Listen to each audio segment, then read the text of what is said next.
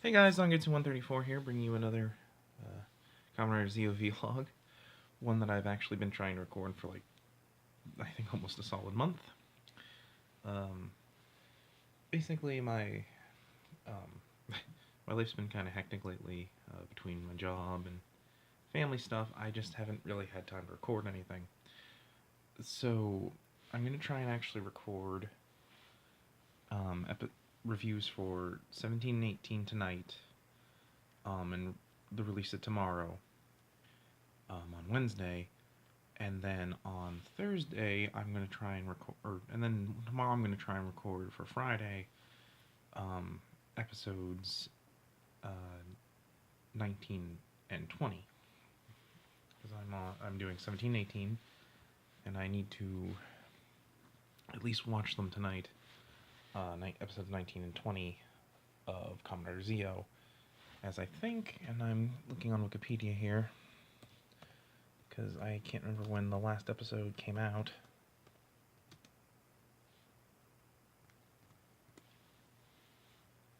No, I don't want the Flash game.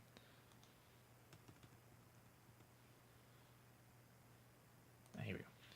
I think we were on the episode that came out is, 23. And I'm hoping I can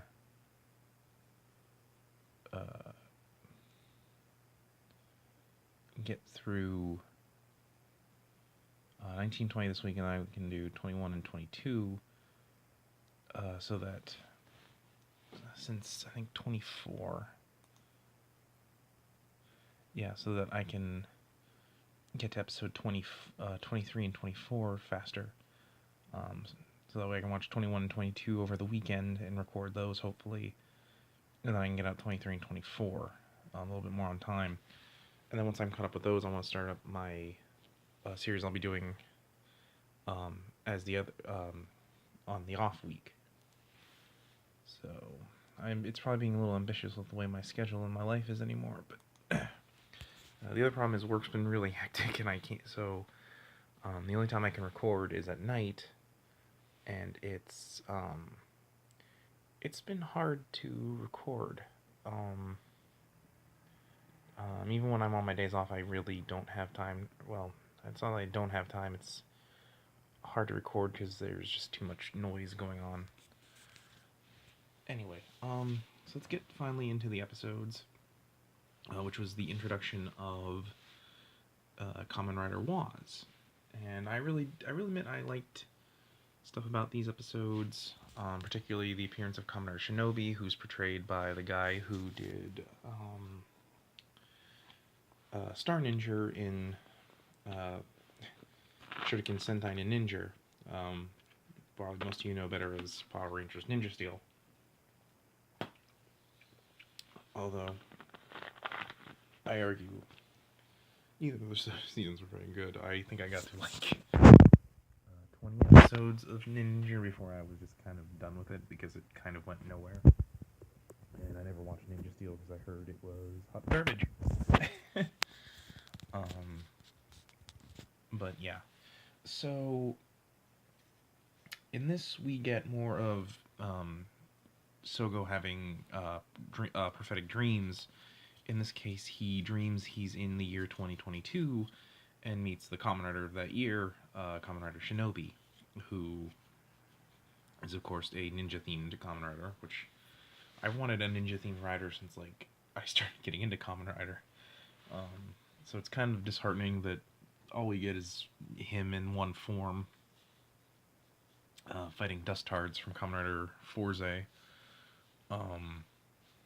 But yeah, and so this is, of course, all a dream, as Sogo wakes up and it's now 2019, and he learns from Gates and Tsukuyomi that they have a time limit now. At some point in the year 2019, there will be a day known as the Day of Oma, where Zi-O truly becomes Oma Zi-O, and that begins the end of the world, basically. And when that happens, no Kamen Riders exist afterwards. Which makes sense to me, and kind of shows where we're going. That of the fact that now, due to all the meddling between Gates, Tsukuyomi, Waz, the Time Checkers, and Sogo himself, they've created an alternate timeline, and due to the fact that basically this is a point of time being in flux, this allows the Waz from that timeline, which they dub White Waz, to come through and try to kill Zi-O, as this Waz is different from regular Waz, who they dub Black Waz. I'm just gonna call him regular Waz, and the Waz from the alternate timeline is just simply White Waz. Basically, he, instead of worshipping Zi-O, worships Gates, as Gates is the one to defeat Zi-O on the day of Oma, using 3 special ride watches, which are, of course, supposedly Waz's Mirror watches. Shinobi, Quiz, and Kikai. Which, fun fact, I think the guy who plays Kamen Rider Kikai is, I think the guy who played Kikaider in the reboot that came out around the time Gaim came out, which is kind of cool. And, of course, I know Quiz is also a Sentai alumni, but I just thought that was kind of cool. I think the Kikai stuff's coming out next episode, or episode, I think, 23. I can't remember exactly when. Yeah, I'm hoping I can do these and then do 21 and 22 so I can watch 23 and 24. But anyway, because I think that's when Kikai comes up. But anyway, before I get interrupted again, I think this is like the 5th time I've tried recording this, and I'm just now getting time to do it again. So it turns out that I was able to get over here due to the fact that the time checkers have a new plan on creating a king, as Schwartz went into the alternate timeline due to all the meddling and turns Kamen Rider Shinobi into another rider and gives it to his past self to make him another Shinobi. Who looks really creepy in this. Like, yeah, some of the other riders have had, like, some creepiness to them. Like, for example, the fact that another X8 looked like a predator was pretty creepy, but, like, another Shinobi has, like, these big bulging bug eyes that makes him look just really creepy with the skull grin that costume has. And basically he gets tricked into thinking that he can use the power to protect people, but instead he goes on a rampage of revenge against some bullies that, well, maybe not bullies, but some gang punks that roughed him and his friend up because he felt weak and inadequate. And of course, due to the manipulation of becoming another rider, he instead goes on, basically wants to become a king instead of the Shinobi who protects people from the shadows. This, of course, becomes a problem as we've established, another riders can only be defeated by ride watches based on the rider they are copying. And of course, due to the fact that no rider is supposed to exist after Oma Zi-O, there's no ride watches for it. And of course, Gates and Tsukuyomi even try to get around that by going to the year 2022 and hopefully either bringing that rider over or getting a ride watch from that rider. It's impossible for them, which brings up a weird plot hole, as Schwartz was able to go that timeline, but not our heroes. Sorry, that was Facebook. I might have to close this. I have my laptop open. I'm going to close the Facebook panel. And so, but yeah, it is a weird plot hole just because it doesn't make sense that Schwartz is able to go. You can argue that it might be due to the fact that he was able to go before the timeline became so unstable that you couldn't get back to that past, to the actual past due to the constant meddling.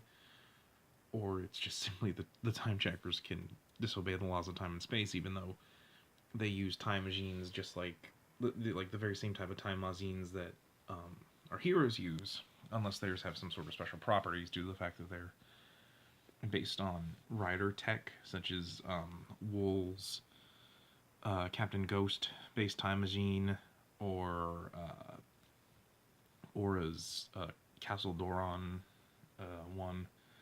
I don't think we've ever seen Schwartz's time machine. I mean, we could have in the newer episodes that I haven't seen, but where's I going with this? But yeah, I'm curious to see what his is. I'm trying to think of what it could be. Maybe Power Geyser? Nah, that wouldn't really work. They're usually really big. I mean, maybe it's the Revolt Gary from Kamen Rider Double. I would pay to see that. So, and so basically, while they're trying to do this, White Waz shows that he has some special abilities, particularly a notebook that he has that allows him to alter the timeline. It's implied that it's not like a true altering. He simply allows him to bend the flow of time to go to certain events. Like he can't probably kill Zi-O, but he can set the events up so that he will die. Which makes him very dangerous. There are multiple times he sets traps for Zi-O where it seems like they are going to where they want to go, but really it's them being manipulated by by Waz's notebook. In fact, even in at the end of the second episode, in episode 18, he clearly writes something that changes Zi-O's mentality and makes him go to fight another Shinobi, which doesn't go well for him because he doesn't have the ride watch. But basically, this is also that Waz can get the Miride watch, as it's not only important for Gates, but it also gives him powers as Kamen Rider Waz, using the Beyond Driver, which I guess is probably supposed to be like an alternate timeline version of the Ziku Driver, being instead based on a digital watch. It's based on an Apple Watch, as it projects things. I guess kind of implying that it's a more modern Apple Watch, and that allows them to create like hologram projections, which is cool. I mean, it comes from an alternate 2068, so I would assume it's more high tech. In fact, both him and his time machine have abilities that allow him to bring stuff from further on in time, such as how he brings the Beyond Driver to him via like a hologram of the Beyond Driver itself, and he pulls it from it. And I like the Beyond Driver. I love the way it pronounces Waz and the awesome techno dance stuff that it plays when it transforms. I really like Waz's suit being like silver and black and neon green. It's a great color combination. Kamen Rider Necrom and Ghost had that, and Necrom was like one of the best parts of Kamen Rider Ghost, in my opinion. Basically being Kamen Rider's equivalent to Peridot from Steven Universe. I really do love his design. It almost has like a UFO like feel to it, or like a techno feel to it. And of course I love how that works. Like his finisher, I think, with just the Waz Miride watch, is he opens the handle and pops it. It works a lot like the X-Aid's driver, especially in toy-wise, as the gimmick is slotted in, and he opens the doors and then slams it in, and it uses mirrors to reflect the light projection coming from the Mirror-Wide watch over a blank Kamen Rider Waz body to give it the look that he became Kamen Rider Waz. And I really love his kick he does in the first one, where it creates this box that traps another Shinobi in that space, and then he proceeds to do like I want to say it's a tornado kick, like where he spins and does like a slashing kick, which was cool. Of course, it doesn't work, and he only really effectively works when he steals, or when he gains the Shinobi Miride watch, effectively erasing the Shinobi from existence again, but and becomes Kamen Rider Waz featuring Shinobi, which I love the featuring thing. Like it's featuring, but it's from the future, so he's. But yeah, I thought that was pretty cool. But yeah, basically, and it's again through Zi-O, which is kind of interesting, and because Zi-O is basically able to convince Shinobi to fight against the effects of the Mirai watch or the another watch, and eventually fight it off on its own, using his Shinobi's beliefs against him to basically convince him, like, what you're doing is wrong. You're just hurting people, and that's not really a good thing. Eventually convincing him to try and give it up, but unfortunately Schwartz doesn't really let him get that chance, as he once again slips the mirror, the another watch into him. But due to, I guess, Sogo's ability to alter the flow of time, he is Waz gets the mirrored watch and becomes Kamen Rider featuring Shinobi, which shows off more of his use of his signature weapon, the Z-Con Despair, which, like, despair, which I guess apparently means out of time, which, like how the Z-Con Zax and the Z-Con Grade all mean something. Like Z-Con Grade is a pun saying edge of time, and it's literally a blade shaped like a hand. So it literally is like you're on the edge of time, basically, or like an edge of time. I forget exactly what the axe is. The axe and the bow, the axe bow both have a pun to their name, but I don't remember it. Mostly because Gates doesn't really have a lot of character. And I do love the Z-Con Spear. For one, again, I love the color. I love that it has different modes for each of the alternate timeline riders. Meaning that, he has access to their abilities. My favorite part being, where was I going with this? Being how being the sickle mode he uses in this mode, which makes sense because he's using the powers of a ninja. And of course, the Shinobi powers are the basic stuff. He can create clones of himself. He can breathe fire and create tornadoes. And another Shinobi had this power, but he could perhaps hide in shadows and travel as a shadow.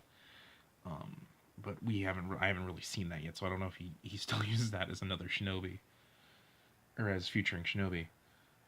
And basically, he's able to, of course, defeat him using the power of that Mirai watch, more or less using it to create illusions of himself, and then using the finishing part, which is basically it has like a touchpad on it, with a button representing each of it. Basically, he makes it go into sickle mode with one swipe, and then swipes it. From what I know, the toy you swipe it twice, but basically he swipes it rapidly back and forth. It's a lot like how the Decade, the Rider Haysaber, in the show he spins it a bunch of times. Like, he basically has to spin it like 20 times to get all the riders for the finisher. Whereas I think in the toy you just spin it 3 times in a row to make it happen, instead of doing the rapid spin thing that they do in that.